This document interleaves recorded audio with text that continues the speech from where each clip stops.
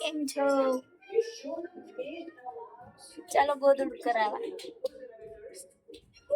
Okay તો પછી જો અમારે દિવ્યા બેન તો અત્યારમાં પાણીમાં મીંડાશે.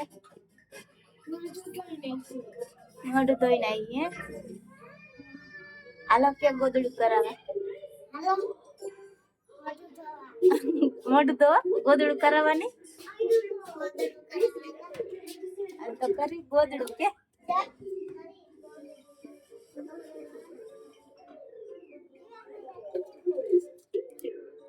શું કરસ દિવ્યા? હે